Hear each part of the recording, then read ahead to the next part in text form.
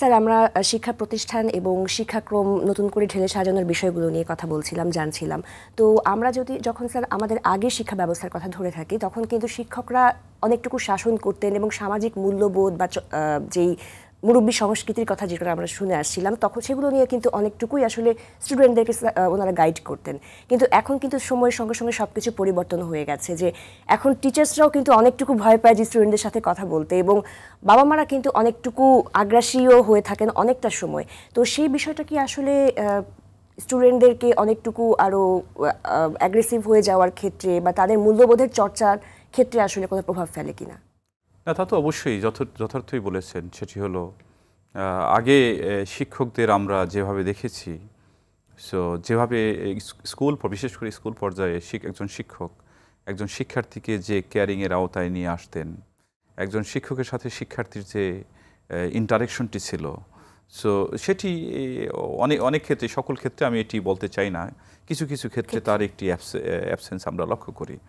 এবং পিতামাতা সন্তানকে যেভাবে শাসন করতেন, যেভাবে মনিটর করতেন, এটিও পারিবারিক পর্যায়ে এই যে আকাশ সংস্কৃতি সহ বিভিন্ন কারণে আজকে সেটি সম্ভব হয়ে উঠছে না, সেটি করা সম্ভব হচ্ছে না। যে কারণে আজকে কিশোররা তাদের মধ্যে এই অপরাধ প্রবণতা, তাদের মধ্যে গ্যাং কালচার, তাদের মধ্যে এই অপরাধ প্রবণ হওয়ার যে টেন্ডেন্সি, এটি ধীরে ধীরে বেড়ে যাচ্ছে।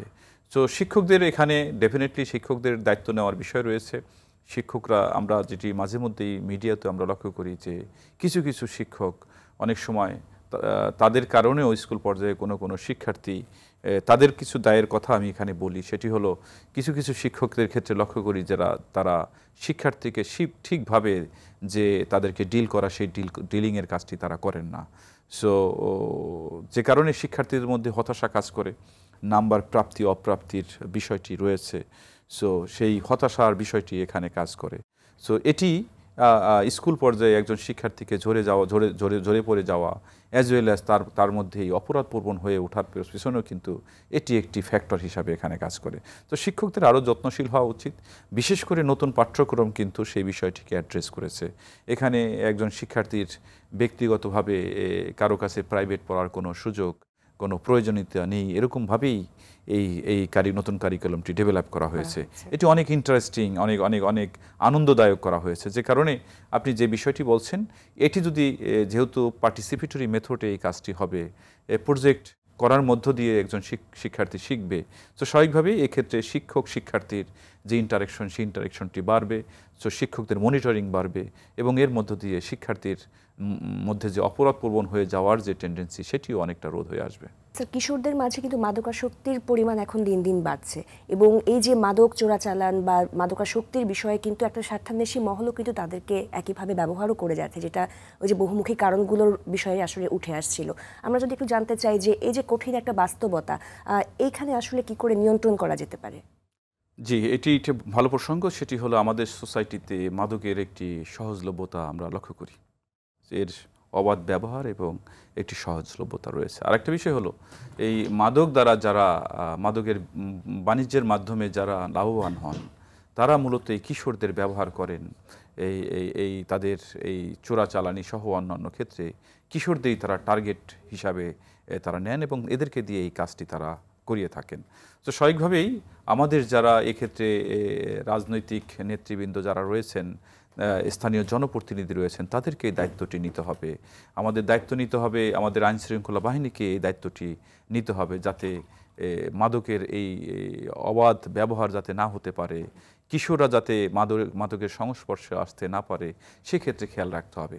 অবশ্যই পিতামাতা পরিবারকে গুরুদায়িত্বটি নিতে হবে, কেননা আমার সন্তান কোথায় যায়, কি করে, সেক্ষেত্রে আমাদেরকে খেয়াল রাখতে হবে। এই নানামুখী উদ্যোগ যদি আমরা গ্রহণ করতে পারি, শিক্ষককে দেখতে হবে তার শিক্ষার্থী সে ঠিকমতো পড়াশোনায় মনোযোগী কিনা, ঠিকমতো স্কুলে আসছে কিনা, কোনো ক্লাসে সে অ্যাবসেন্ট থাকছে কিনা, পরিবারের সাথে অভিভাবকের সাথে যদি সমন্বয়টি হয়, তখন কিন্তু এখানে যদি কোনো গ্যাপ থাকে, সেই গ্যাপটি মিনিমাইজ করা যায়। এবং এই নানামুখী উদ্যোগ যদি আমরা গ্রহণ করতে পারি, তাহলে আমরা লক্ষ্য করব যে কিশোর অপরাধ প্রবণতা এটিকে রোধ করা সম্ভব। অবশ্যই তাই, এবং আমরাও সেই কামনাই ব্যক্ত করছি। কিশোর অপরাধ সংশোধন কেন্দ্র, স্যার বলছিলেন যে উন্নয়ন কেন্দ্র, সেই জায়গাগুলোতে আসলে তাদের সামগ্রিক বিকাশে কাউন্সেলিং এবং সাইকোসোশ্যাল সাপোর্টের ভূমিকা আসলে কেমন? এটি এটি এটি আপনি লক্ষ্য করবেন, বাংলাদেশে বর্তমানে আমি বলেছি যে 3টি উন্নয়ন কেন্দ্র রয়েছে, কিশোর উন্নয়ন কেন্দ্র রয়েছে। একটি গাজীপুরে, আরেকটি হলো কোনাবাড়িতে, এবং নেক্সট অন আরেকটি যেটি বলেছি সেটা হলো যশোরে।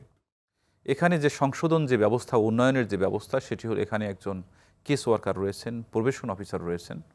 কেস ওয়ার্কার, প্রবেশন অফিসার কিশোরী সম্পর্কে তথ্য সংগ্রহ করে তারা তাদের ম্যানেজমেন্টের একটি বিষয় তারা বিবেচনা করেন, প্রবলেম আইডেন্টিফাই করার চেষ্টা করেন। অন্যান্য ক্ষেত্রে অপরাধীকে আমরা যেভাবে ট্রিট করি, আপনি আগেই আমরা বলেছি যে কিশোরদের ক্ষেত্রে কিন্তু আমরা সেভাবে দেখার চেষ্টা করি না। আমরা দেখার চেষ্টা করি যে একজন কিশোর কি অবস্থায় আজকে সেই অপরাধ প্রবণ হলো। সে ভালো ছাত্র ছিল, স্কুলে যেত, তার চমৎকার একটি পেয়ার গ্রুপ ছিল, কিন্তু সে অবস্থা থেকে সে কিভাবে আজকে অপরাধ প্রবণ হয়ে গেল, সে সামাজিক মূল্যবোধ সে বিবর্জিত হয়ে উঠল, সেটি খোঁজার চেষ্টা করেন। এই যে আমার কেস ওয়ার্কার, যিনি সোশ্যাল ওয়ার্কের মূল্যবোধ ধারণ করেন, ক্লিনিক্যাল সোশ্যাল ওয়ার্কের টেকনিকগুলো যিনি জানেন, এরকম একজন ব্যক্তি, তিনি এই কিশোরের হিস্ট্রিক্যাল ব্যাকগ্রাউন্ড জানার চেষ্টা করেন যে কী কারণে আমার কিশোর আজকে প্রবলেমেটিক। আমরা যখন কোনো এক ধরনের অসুস্থতা নিয়ে ডক্টরের কাছে যাই, ডক্টর আমাদের কথা শুনেন, মনোযোগ সহকারে শুনেন, পাশাপাশি বিভিন্ন ধরনের ডায়াগনোসিসে তিনি নিয়ে আসেন, টেস্ট করেন। টেস্ট রিপোর্ট আসলেই তিনি বুঝতে পারেন আসলে আমি কোন রোগে আক্রান্ত। তিনি প্রেসক্রাইব করেন, আমরা মেডিসিন গ্রহণ করি, সুস্থ হয়ে উঠি। বাট একজন ক্লিনিক্যাল সোশ্যাল ওয়ার্কার, তার কাছে তো এমন কোনো মেশিন নেই, মেশিনারিজ নেই যেটি দিয়ে আসলে তিনি নির্ণয় করবেন যে আমার ক্লায়েন্ট, আমার কিশোর সকালে দেখেছি খুবই হাসি খুশি, এখন কেন মন ভারী করে বসে আছে। এমন কোনো টেকনোলজি তো আমাদের কাছে নেই, যে কারণে এই যে এখানে ক্লিনিক্যাল সোশ্যাল ওয়ার্কার যিনি রয়েছেন, তার দায়িত্ব হলো কিশোরের অতীত প্রেক্ষাপট খুঁজে দেখা, যে এমন কি ঘটনা ঘটেছিল যে কারণে কিশোরের মধ্যে হতাশা এসেছে, কিশোর আজকে ভালো বাদ দিয়ে আজকে মন্দের দিকে, খারাপের দিকে ধাবিত হয়েছে। সেই কাজটি একজন ক্লিনিক্যাল সোশ্যাল ওয়ার্কারটা করে থাকেন। প্রত্যেকটি কিশোর সংশোধনী কেন্দ্রে সেখানে একটি কিশোর আদালত রয়েছে। সেই কিশোর আদালতে একজন প্রথম শ্রেণীর ম্যাজিস্ট্রেট থাকেন। প্রবেশন অফিসার এই তথ্যপাত্র সেখানে উপস্থাপন করে সেখানে বিচার হয়, এবং কোনো ধরনের গুরুদণ্ড না দিয়ে তাকে সহজ করে তাকে সংশোধনে ফিরিয়ে আনার, সংশোধন করার একটি সুযোগ দেওয়া হয়। কেননা এই বয়সে আমরা চাই না আমাদের কিশোর সে আরও বেশি অপরাধপ্রবণ হয়ে উঠুক। তো এই যে কিশোর সংশোধনী কেন্দ্রে, এখানেও যে তাদের যে ম্যানেজমেন্ট, তাদের যে সংশোধনী বিভিন্ন কর্মসূচি রয়েছে, স্কিল ডেভেলপমেন্ট ট্রেনিং সেন্টার, এখানে একটি রিমান্ড হোম রয়েছে, যেটিকে আমরা রিমান্ড হোম বলতে চাই না, এটি একটি অবজারভেশন সেন্টার, যেখানে রেখে একজন কিশোরকে অবজার্ভ করা, তার আচার আচরণ অবজার্ভ করা। সো এই যে অবজারভেশন সেন্টার ও রিমান্ড হোম, এক্ষেত্রে আমার মনে হয় আরও ঢেলে সাজানোর প্রয়োজন রয়েছে, যাতে কিশোর, একজন পিতামাতা, অনেক সময় দু ধরনের কেস কিন্তু এই কিশোর উন্নয়ন কেন্দ্রে ভর্তি হয়, আপনি জানেন। একটি হলো পুলিশি কেস, আইন শৃঙ্খলা রক্ষাকারী বাহিনী বিভিন্ন অপরাধের দায়ে কিশোরকে যখন গ্রেপ্তার করেন, তাকে জেলে না পাঠিয়ে এই উন্নয়ন কেন্দ্রে পাঠিয়ে দেন। আরেকটি হলো পিতামাতা যখন মনে করেন যে তার কিশোরের সংশোধন দরকার, উন্নয়ন দরকার, তারা সরাসরি এখানে এসে ভর্তি করে দেন। কিন্তু স্টাডি বলছে যে এখানে ভর্তি করার পরে অনেকে তাদের মধ্যে সংশোধন না হয়ে, তাদের ডেভেলপমেন্ট না হয়ে তারা আরও অপরাধপ্রবণ হয়ে ওঠেন। সো ডেফিনেটলি এক্ষেত্রে দেখা দরকার যে এই ব্যবস্থাকে আরও কীভাবে যুগোপযোগী করা যায়, কিশোরদের জন্য আরও কীভাবে আরও কিশোর বান্ধব করা যায়, যাতে তারা সুস্থ জীবনে ফিরে আসতে পারে, সেই লক্ষ্যে নতুন নতুন কর্মসূচি নিয়ে এই উন্নয়ন কেন্দ্রগুলো ঢেলে সাজানো দরকার। অনেক ধন্যবাদ স্যার। আমরা দেখতাম যে ছোটবেলায় কিন্তু আমাদের অনেক ধরনের শিশু কিশোরদের অনেক সংগঠন ছিল, খেলাঘর, কচিকাচার আসর, বিশ্ব সাহিত্য কেন্দ্রের অনেক সুন্দর অ্যাক্টিভিটিসগুলো ছিল, কিন্তু এখন কিন্তু পাড়ায় পাড়ায় এগুলো শূন্যতা চোখে পড়ে। শিক্ষার পাশাপাশি সুস্থ বিনোদনের চর্চা আসলে কতটুকু গুরুত্বপূর্ণ, এবং কিশোর গ্যাং প্রতিরোধে বা অপরাধ প্রতিরোধে করণীয় কি? একজন শিশু কিশোর যখন শৈশব থেকেই চমৎকার একটি সামাজিকীকরণ প্রক্রিয়ার মধ্য দিয়ে বড় হয়ে উঠবে, সেই কিশোরের মধ্যে অপরাধ প্রবণ হওয়ার সম্ভাবনা কিন্তু খুব কম। যখন ছোটবেলা থেকেই একজন শিশু কিশোর বিভিন্ন ধরনের ক্লাব অ্যাক্টিভিটির সাথে নিজেদেরকে ইনভলভ করার সুযোগ পাবে, গঠনমূলক চিত্ত বিনোদনের আওতায় সে আসবে, খেলাধুলা করার সুযোগ পাবে, ভালো পেয়ার গ্রুপ পাবে, চমৎকার একটি মনিটরিংয়ের মধ্যে থাকবে, সেই কিশোর তার মধ্যে অপরাধপ্রবণ হওয়ার সম্ভাবনা খুবই কম।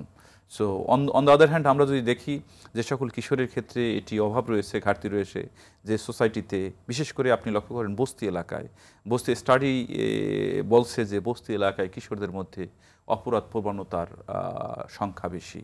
কোস্টাল এরিয়ায় যেখানে প্রতি বছরই কোনো না কোনো ডিজাস্টার এফেক্ট করে, দারিদ্রতা চরম আকার ধারণ করেছে, সে সকল এলাকায় আমরা লক্ষ্য করব যে সেখানে এই সামাজিকীকরণের কথা যে কথা বলি, সুষ্ঠু বিনোদনের কথা বলি, গঠনমূলক বিনোদনের কথা বলি, বিভিন্ন ক্লাব অ্যাক্টিভিটির কথা বলি, এটি তো সেখানে নেই। এই সুযোগ সেখানকার শিশু কিশোররা কোনো অবস্থাতেই পান না। স্বাভাবিকভাবেই তাদের মধ্যে কিন্তু এই অপরাধ প্রবণতায় বেড়ে ওঠে।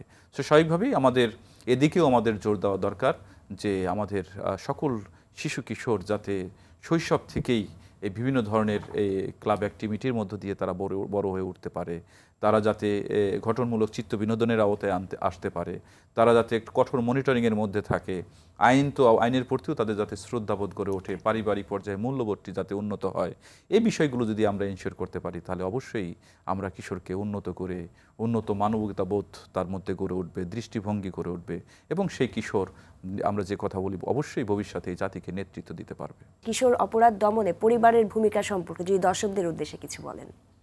অবশ্যই পরিবারের ভূমিকা, সবসময় আমি যেটি বলি পরিবারের ভূমিকা কিশোর উন্নয়নের ক্ষেত্রে, কিশোর অপরাধ নিয়ন্ত্রণের ক্ষেত্রে পরিবারের ভূমিকা সবচেয়ে গুরুত্বপূর্ণ। কেননা পরিবারই হলো এমন একটি প্রতিষ্ঠান যে প্রতিষ্ঠান থেকে কিশোর তার মূল্যবোধকে ধারণ করে, নৈতিকতা সে শিখে, সে ভালো মন্দ বুঝতে শিখে। সো পারিবারিক পর্যায়ে একজন কিশোরকে এই ভালো বিষয়গুলোর মধ্যে তাকে রাখতে হবে, নৈতিকতা শেখাতে হবে, বিভিন্ন গল্প, সফলতার গল্প তাকে শোনাতে হবে, ভালো দিকগুলো তুলে ধরতে হবে, ধর্মীয় শিক্ষায় শিক্ষিত করে তুলতে হবে, ধর্মীয় মূল্যবোধকে ধারণ করার জন্য তাকে তাগিদ দিতে হবে। এই নানাবিধ উদ্যোগ। আরেকটি কথা যে কথা বলছিলাম সেটি হলো অবশ্যই পিতামাতাকে তার সন্তানের সাথে কোয়ালিটি টাইম স্পেন্ড এটি করতে হবে। পারিবারিক পর্যায়ে কোনো অবস্থাতেই ভায়োলেন্স নয়, বিশৃঙ্খলা নয়, একটি সুন্দর সুস্থ পারিবারিক পরিবেশই পারে একজন কিশোরকে সুন্দর সুস্থভাবে বেড়ে ওঠার ক্ষেত্রে।